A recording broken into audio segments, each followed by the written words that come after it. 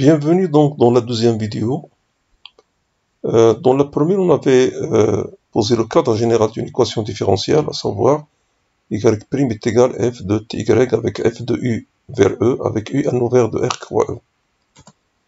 On appelle solution de l'équation différentielle e tout couple i avec i est un intervalle de r et phi une application de e vers e qui vérifie les conditions suivantes. Premièrement, phi est dérivable sur i. Deuxièmement, quel que soit t appartenant à i, t phi de t appartient à u, pour pouvoir calculer f de t phi de t. Et finalement, phi' de t est égal à f de t phi de t. Donc, une solution ici, c'est un couple. Il faut un intervalle et une fonction. Si I1, phi1 et I de phi 2 sont deux solutions de E, telles que I1 est inclus dans I2, et phi 2 restreinte à I1 égale à phi 1, on dit que I de phi 2 est un prolongement de I1 phi 1. On dit aussi que I1 phi 1 est une restriction de I2 phi 2. Donc l'idée c'est de passer d'une solution avec un intervalle I1 à un intervalle qui est plus grand, I2, mais à condition que quand on fait la restriction de la nouvelle fonction phi 2 à l'ancien intervalle, il faut obtenir l'ancienne fonction phi 1. On dit qu'une solution I phi de E est maximale si elle est l'unique prolongement de elle-même.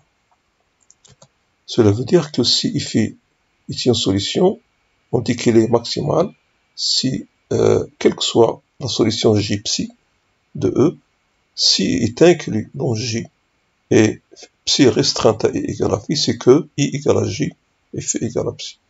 Donc l'idée c'est qu'il n'y a pas de solution plus grande que elle en termes de son intervalle. Donc l'intervalle I c'est le plus grand possible sur lequel on a une solution.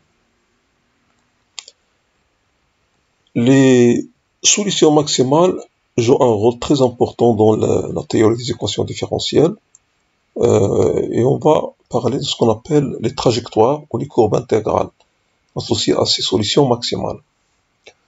Précisément, si I phi est une solution maximale, cette partie-là, gamma, qui est l'ensemble des t phi de t lorsque t décrit I, s'appelle une courbe intégrale ou trajectoire associée à la solution maximale I phi.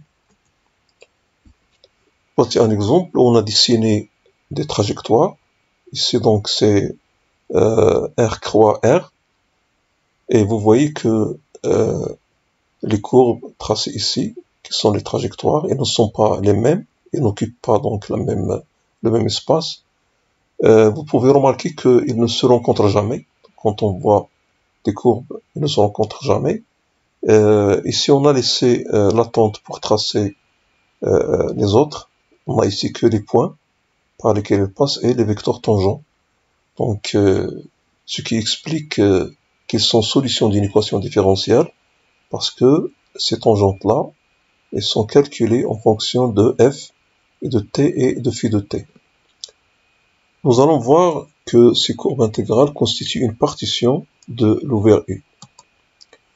Alors, dans ce dessin, c'est plus clair parce qu'ils occupent presque l'ouvert tout entier. Donc, on a donné un pas plus petit pour qu'on voit qu'ils forment une partition de l'ouvert U.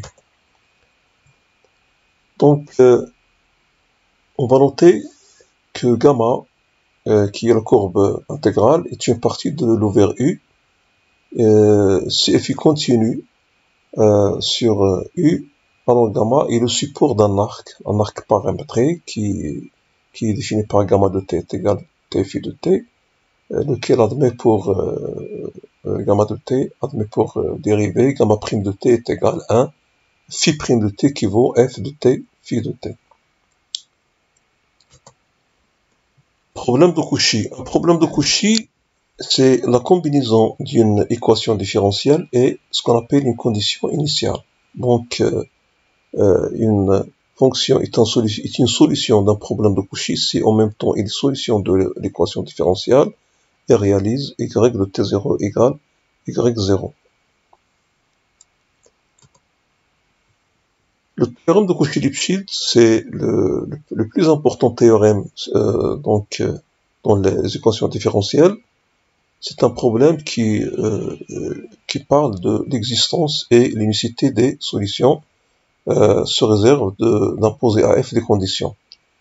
On donne au programme des classes préparatoires une version affaiblie de ce théorème-là, qui suppose que f est une fonction de classe C1 sur U. Seulement, il y a des versions plus générales, c'est-à-dire on suppose seulement que f est localement lipschitzienne et continue, ce qui est un peu plus avancé par rapport à la restriction des classes préparatoires.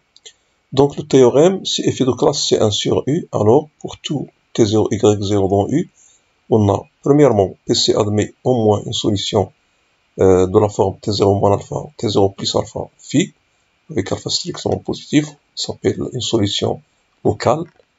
Deuxièmement, PC admet une seule solution maximale IFI. Troisièmement, si Jpsi est une solution, alors Jpsi est une restriction de IFI. Le plus important point dans ce théorème, c'est 2. Le 1, il est là pour démarrer seulement la démonstration. Donc on démontre le 1, puis ça permet de démarrer pour arriver donc au 2. Et le 3, ce n'est qu'une confirmation de l'unicité. Alors la démonstration de ce théorème peut se faire moyennant des restrictions. Par exemple, on peut travailler dans R croix R dans un premier temps, puis essayer de la faire dans R croix Rn. Mais si on veut vraiment faire une démonstration rapide, on a besoin d'utiliser le terme du point fixe et les espaces métriques, mais ils ne figurent pas au programme parce qu'on se limite aux espaces normés. Ainsi, on admet ce théorème et on va faire des remarques très importantes. La première, c'est que si Φ est une solution maximale de PC, alors l'intervalle est un ouvert. La deuxième, deux trajectoires sont soit égales, soit disjointes. Et pour tout point M de U, il y a une seule trajectoire qui passe par M.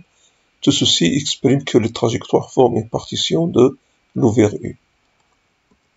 Donc voilà un dessin qui vous approche de l'idée qu'elle forme une partition.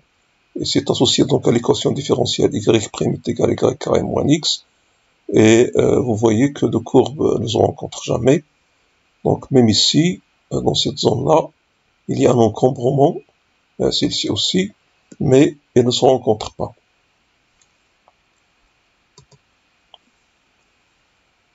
On a l'équation intégrale associée à un problème de Cauchy, c'est le fait de partir de phi' de s est égal à f de t, phi de s, et l'intégrer entre t0 et t, ça donne donc cette équation qui s'appelle donc l'équation intégrale. Donc si phi est une solution de l'équation différentielle, alors il y a aussi solution de l'équation intégrale, et je vous informe que cette équation intégrale, c'est elle qui va nous permettre de faire la démonstration de Cauchy-Lipschitz. Donc normalement, pour vous donner une idée, on cherche à construire une suite de fonctions définies de façon récurrente par phi n plus 1 de t est égal à une constante ici plus l'intégrale de t0 à t de f de s phi n de s ds. Donc vous voyez qu'il y a une manière récurrente pour définir le phi n. Après, on démontre que ça converge uniformément vers un certain phi qui va réaliser donc cette équation intégrale par passage à la limite. Équation différentielle à variable séparable, c'est un cas particulier d'équation différentielle dans lequel on voit que les fonctions en fonction de t et les fonctions qui sont en fonction de y et des dérivées donc successives se séparent. Alors, on peut par exemple partir de celle-là, mais il y a d'autres qui s'y ramènent, comme celle-là, y' h de t est égal à g de t k de y. Donc, moyennant des validations, on peut diviser par k de y et par h de t, ce qui donne y' sur k de y est égal à j de t sur h de t. Donc, elle se ramène à la première. Donc, elle s'appelle équation à variable séparable. Alors, pour résoudre cette équation, normalement, on considère une primitive de alpha, qu'on nomme grand A, et une primitive b de bêta, et l'équation devient a de y de t est égal b de t, et en choisissant des intervalles, bien sûr, adéquats, et en particulier un intervalle j tel que a restreinte à j et injective, donc ce qui permet de considérer que a est une bijection de j vers a de j, et travailler avec la bijection réciproque. Donc a de y de t égale b de t s'écrit y de t est égal à moins 1 de b de t. En traitant des exemples, on peut comprendre mieux. D'ailleurs, le programme ne veut pas qu'on approfondisse l'étude de ce genre d'équation, mais étudie juste quelques exemples pour avoir une idée sur les équations à variables séparables. On donne donc cet exemple de l'équation y' est égale ty au carré. Alors pour séparer, on a besoin de diviser par y au carré, mais ça pose un problème parce qu'il faut justifier que y ne s'annule pas. Alors pour cela, on va prendre un T0 dans R et considérer une solution maximale de E et traiter de cas. Si phi de T0 égale à 0, alors par le théorème de Cauchy-Lipschitz, et compte tenu du fait que Rθ est une solution de E, parce que vous voyez que θ étant l'application nulle, si vous remplacez ici, vous avez réalisé donc y' est égal ty au carré. Comme R c'est le plus grand intervalle de R possible, donc c'est une solution maximale. Ainsi, si on a une fonction qui vérifie phi de T0, une solution qui vérifie phi de T0 égale à 0, c'est que d'après le terme de Cauchy-Lipschitz, c'est une restriction de θ, et par suite il est nul sur I tout entier.